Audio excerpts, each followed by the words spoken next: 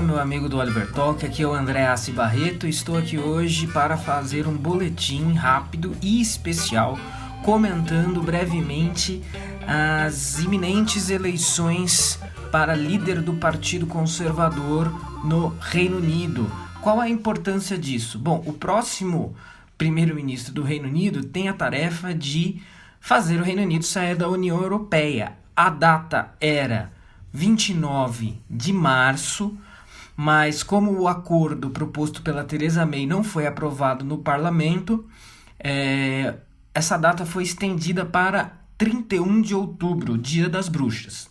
Após 3 tentativas frustradas, fracassadas, de tentar fazer o seu acordo ser aprovado no parlamento inglês, a então ministra Theresa May, hoje ex-primeira-ministra, pediu demissão, deixou o cargo de primeira-ministra. O cargo no momento se encontra vago e estão abertas as eleições entre os filiados e os membros, os deputados, do Partido Conservador, para eleger o seu novo líder. No momento nós temos 10 candidatos, eu vou falar um pouquinho sobre cada um deles, sobre quem é o favorito, sobre quem eu gostaria que ganhasse e sobre quem eu acho que vai ganhar. Antes de mais nada, só atualizando aí um pouco quem pode estar parcialmente por fora do que está rolando. Em 2016, houve um referendo convocado pelo então primeiro-ministro conservador David Cameron. A saída do Reino Unido da União Europeia ganhou o referendo por 52%, foi 52 a 48, 52 para o Leave, sair, e 48% para o Remain, o permanecer. E desde então, o Reino Unido tem vivido a política britânica tem vivido a partir do Brexit. Tudo se discute à luz do Brexit. Logo que a opção pela saída venceu, o David Cameron saiu do cargo porque ele fez campanha pela permanência. E provavelmente ele convocou esse referendo acreditando que o permanecer ganharia. Assumiu a Theresa May. No seu discurso de posse de cargo, a Theresa May disse que leave means leave, ou seja, sair significa sair, dando a entender que ela assumiu o cargo para executar o resultado do referendo, ou seja, retirar o Reino Unido da União Europeia. Porém, isso não aconteceu. De acordo com as leis europeias, que regem a União, os países que fazem parte desse bloco, existe uma lei chamada artigo 50 do Tratado de Lisboa, que precisa ser acionada para quando algum membro da União Europeia for sair. Então a partir do momento em que o artigo 50 é acionado, o país que o aciona tem 2 anos para deixar o bloco. Então foi isso que aconteceu, Então o David Cameron estava lá, o David Cameron saiu, a Theresa May foi eleita, O tempo passou um pouquinho e ela logo, muito brevemente após a sua posse, acionou o artigo 50, mas as negociações para um acordo, Então o que acontece? Simplesmente sair da União Europeia não é tão simples. Então é mais interessante, supostamente, sair da União Europeia com um acordo. Olha, como é que a gente vai praticar comércio quando a gente sair? Isso pode ser decidido por meio de um acordo. Como é que a gente pode fazer com relação aos cidadãos europeus que estão no Reino Unido e os cidadãos britânicos que estão na Europa? Porque até então essas pessoas são cidadãs europeias e podem transitar livremente por todos os membros do bloco europeu. Com a saída do Reino Unido, as leis que vigoram para um britânico em países europeus e para outros europeus no Reino Unido passam a ser basicamente as mesmas leis para um turista normal ou para um imigrante normal, sem as vantagens, sem o direito de viver no Reino Unido por tempo indeterminado. Então, um acordo de saída seria uma proposta para chegar em bons termos para esse tipo de situação. Os produtos que são importados, os produtos que são exportados, vai ter taxa, não vai ter taxa, qual vai ser a taxa, o que fazer com os cidadãos estrangeiros, etc. São questões que estão dentro de um acordo. existe a possibilidade de uma saída sem acordo. Ou seja, o Reino Unido simplesmente sai e ele passa a ter relações com qualquer país da União Europeia, como, por exemplo, o Brasil pode ter. Né? Então, para produtos europeus, a taxa é menor. Por exemplo, porque o Reino Unido faz parte do bloco da União Europeia. Faz parte do bloco em termos, né? Porque, por exemplo, o Reino Unido nunca adotou o euro. Mas se o Reino Unido sair sem acordo, isso vai significar que ele será, para os demais países do bloco da União Europeia, um país do mundo como qualquer outro, caso saia sem um acordo. Caso saia com acordo, isso implica um pagamento de uma multa de 37 bilhões de libras. É uma grana pesada. Se sair sem acordo, talvez isso implique em não pagar esses valores. Então isso simplesmente não é um pedágio, isso tem a ver com valores que seriam transacionados entre o Reino Unido e a União Europeia ao longo dos próximos anos de participação do Reino Unido no bloco. Então essa é uma grande discussão também. E então sair com acordo ou sair sem acordo envolve essas questões. O que acontece? Como o governo da Theresa May falhou em chegar a um acordo, e como a gente teve eleições europeias há muito pouco tempo atrás, e nós aqui do Oliver Talk fizemos um podcast comentando as eleições europeias, o partido do Nigel Farage, o Brexit Party, ganhou as eleições europeias com cerca de 30%, quase um terço dos votos. E o Nigel Farage, a gente sabe, ou quem não sabe, eu estou dizendo agora, é uma figura proeminente na militância, no ativismo, na briga eurocética, na briga pela saída do Reino Unido da União Europeia. Essa é a bandeira do Nigel Farage há pelo menos 15 anos. Então a vitória dele nessas eleições passou um recado claro para as pessoas, para os partidos. As pessoas querem o Brexit resolvido e, de preferência, com o Reino Unido saindo do bloco. Isso assustou demais o Partido Conservador e o Partido Trabalhista também, que tiveram péssimos resultados nessas eleições. A Theresa May, na quinta-feira, teve as eleições, na sexta-feira ela saiu.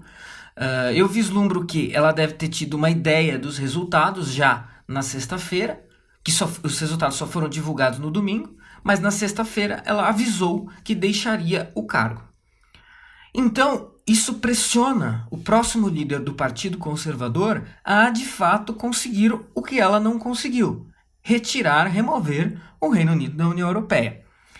No momento, né? Então, quando o Partido Conservador terá um novo líder? Primeiro, como é que funciona? Vou explicar bem rapidamente como que funciona essa questão no Reino Unido. É diferente de uma questão do presidencialismo brasileiro, por exemplo. Né? Se o presidente sai no Brasil, abdica, né, do cargo, o vice assume. Lá nós não temos essa figura do vice. Lá o que existe é a figura do líder do partido com o maior número de deputados na Câmara, ou o líder da coalizão com o maior número de deputados na Câmara. No momento, a coalizão com o maior número de deputados no parlamento inglês é a coalizão entre o Partido Conservador e o Partido Unionista da Irlanda do Norte.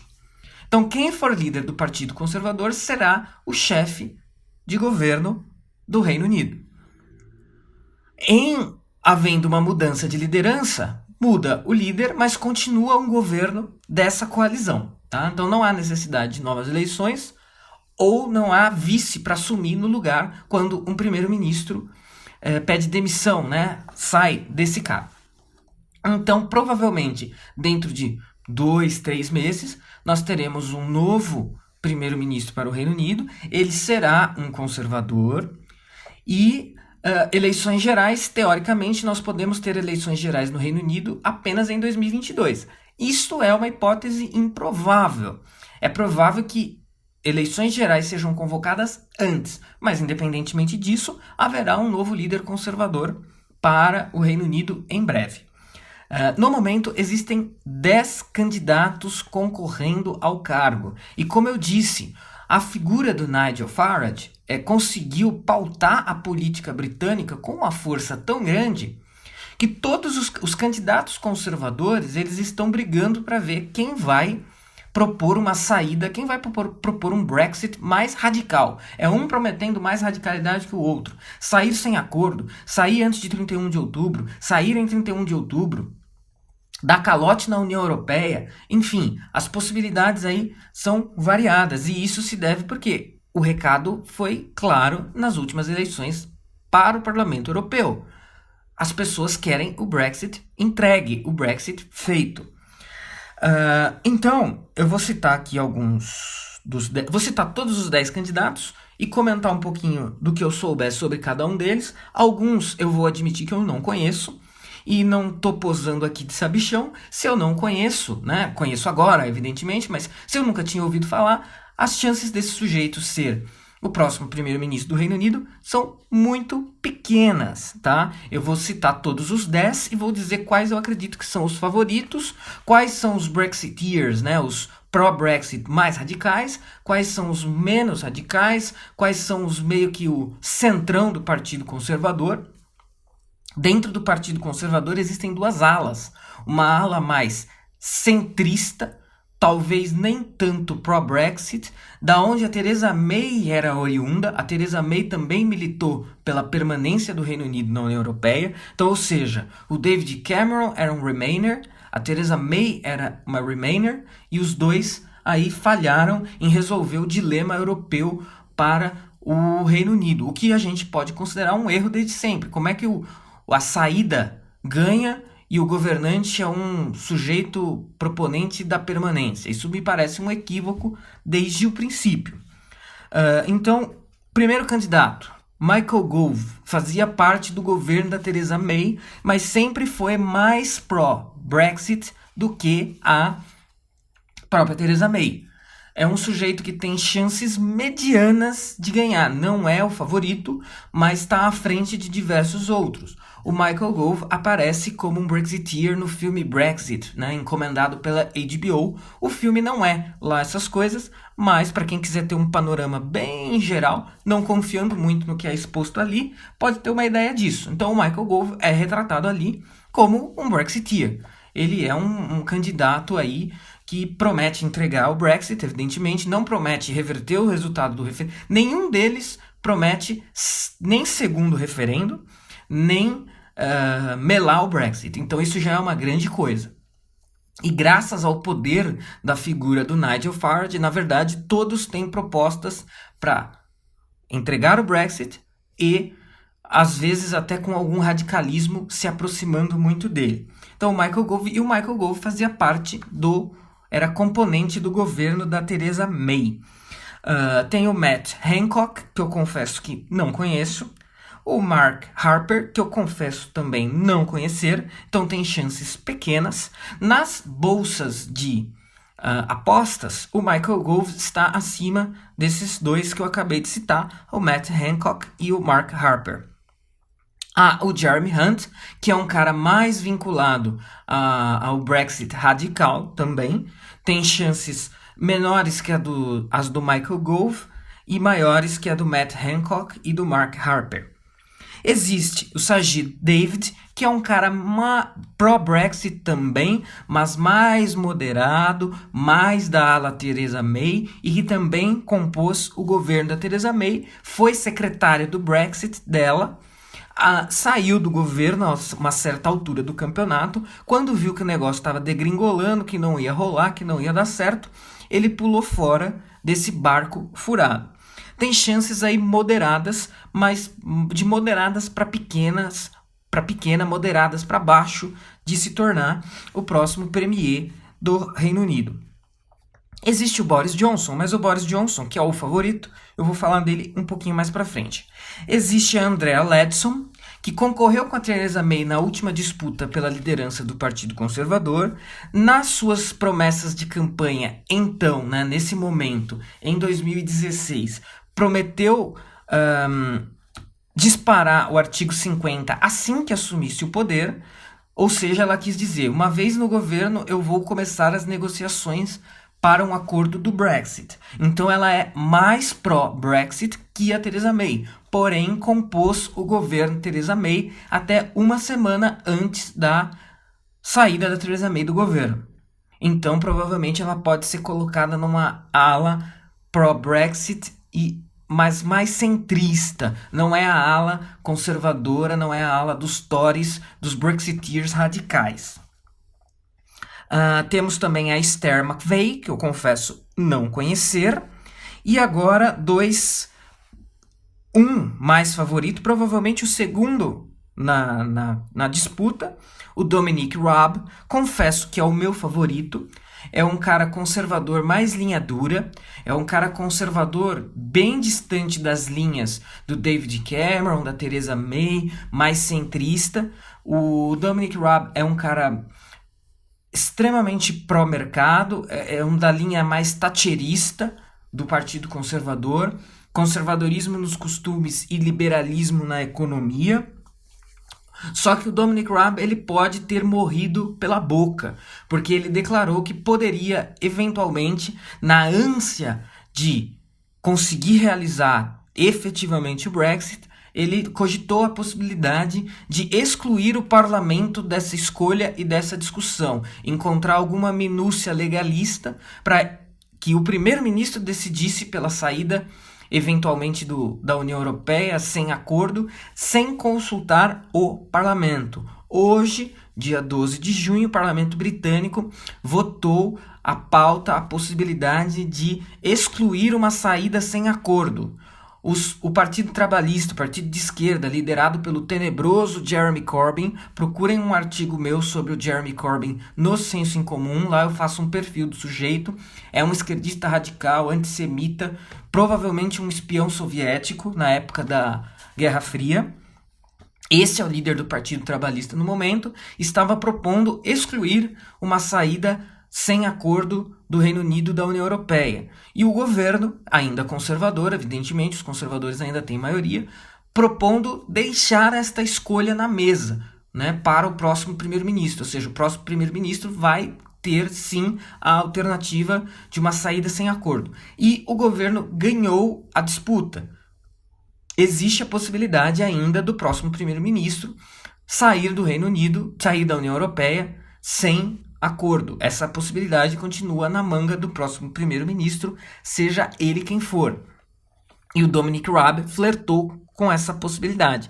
Porém, ao dizer que poderia excluir o parlamento da discussão, a imprensa caiu de pau, a oposição caiu de pau. Então, me parece que o Dominic Raab está na corda bamba. Ele também não é considerado muito carismático. Muitos conservadores estão observando uma coisa que é, além da capacidade do próximo líder ser capaz de entregar o Brexit, ele tem que ser capaz de ganhar as próximas eleições gerais. Essa é uma preocupação. À luz de toda essa questão, à luz de um partido trabalhista em queda, à luz de uma figura do Nigel Farage cada vez mais importante, cada vez mais relevante, cada vez pautando mais o debate. Então, as próximas eleições gerais também estão nas vistas dos conservadores. E o Dominic Raab, por ser dessa linha mais dura, não é tido como um sujeito capaz de ganhar do Jeremy Corbyn e ganhar do Nigel Farage. E existe, na minha opinião, o membro do centrão, entre aspas, do Partido Conservador, com mais chances de pleitear o cargo, é o Rory Stewart. É um sujeito que tem o apoio dos Tories mais moderados, mas já declarou também que não tem a menor intenção de tentar reverter o Brexit. Logo após a saída da Theresa May e as eleições europeias, ele declarou que buscou conversar com o Nigel Farage a respeito das questões que incomodam a política britânica no momento. Então, apesar de ser esse membro do centrão, ele não é bobo. Ele sabe que vento está soprando no Reino Unido e na direção do Partido Conservador. Muitos conservadores falam que, se o próximo primeiro-ministro conservador não conseguir, tal como a Theresa May, entregar um Brexit, não haverá futuro para o Partido Conservador. Então isso também está em jogo, também está na disputa atual pela liderança. Então o Rory Stewart é um cara mais moderado, que quer sair da União Europeia com acordo, não quer sair sem acordo, que cogita a possibilidade de talvez a data para a saída ter de ser adiada novamente, e vale lembrar que, para o Reino Unido adiar novamente a saída da União Europeia, a União Europeia precisa conceder esse adiamento, coisa que ela pode fazer ou pode não fazer, tá? Então, o Horace Stewart seria esse sujeito da ala moderada que, na minha opinião, tem mais chance de sair vencedor. E, por fim, volto ao Boris Johnson. É o favorito, estima-se que ele já tenha 68 dos 106 votos necessários para se tornar o novo líder do Partido Conservador. E as pesquisas também mostram que a figura do Boris Johnson, que é um cara muito interessante, muito carismático. Para a ala Brexiteer radical, o Boris Johnson é moderado demais. Ele seria supostamente, ainda que um Brexiteer emblemático, ele seria muito da linha David Cameron. E do lado da esquerda, consideram o Boris Johnson o Donald Trump do Reino Unido, não apenas pelo cabelo loiro, parecido com o do Donald Trump, e não apenas pelo estilo meio bufão, mas pelas radicalidades de opinião. O Boris Johnson, então, é o favorito nas casas de apostas, é o favorito pelas estimativas de voto até agora, sempre se colocou como um Brexiteer, um sujeito a favor, um conservador, um Tory, a favor da saída do Reino Unido da União Europeia desde longa data. O Jacob Rees-Mogg, que seria o meu candidato dos sonhos, que não está disputando a liderança, e que é da ala Brexiteer radical, está dando seu apoio ao Boris Johnson, e provavelmente ele deve se sagrar o vencedor dessa disputa. Não há nada decidido ainda, isto é apenas uma possibilidade, mas é uma possibilidade cada vez mais real. Se eu tivesse dinheiro para apostar, provavelmente eu apostaria no Boris Johnson. O Boris Johnson, ele é do estilo Churchill. Ele é autor de uma biografia do Winston Churchill, já publicada em português. Se chama O Fator Churchill, esse livro. Eu tenho ele aqui em casa, não li ainda, mas quem quiser buscar e conhecer, acho que vale a pena. O Boris Johnson, tal como o Churchill, é um cara das letras, é um cara da escrita, né? Foi jornalista por um período de tempo considerável. Foi prefeito de Londres antes do atual prefeito Sadiq Khan, né? O trabalhista muçulmano e extremamente politicamente correto. E, na minha opinião, ele é o favorito a faturar essa conta. Vai ter um trabalho muito difícil pela frente, mas é o candidato e é o favorito. Hoje, todos os candidatos conservadores lançaram as suas campanhas, então eles farão campanhas, haverão alguns debates na TV entre os candidatos, e a disputa deve se resolver nos próximos 2 ou 3 meses. E a promessa de todos é entregar o Brexit. Então é isso, meus amigos, isso foi um boletim especial do Oliver Talk sobre as eleições pela disputa de líder do Partido Conservador, sempre deixando o recado de nos seguir e compartilhar no SoundCloud, Spotify, iTunes, canal do YouTube, assinar a revista do Senso em Comum e, enfim, espalhar a mensagem. Agradeço a você que me ouve e até a próxima.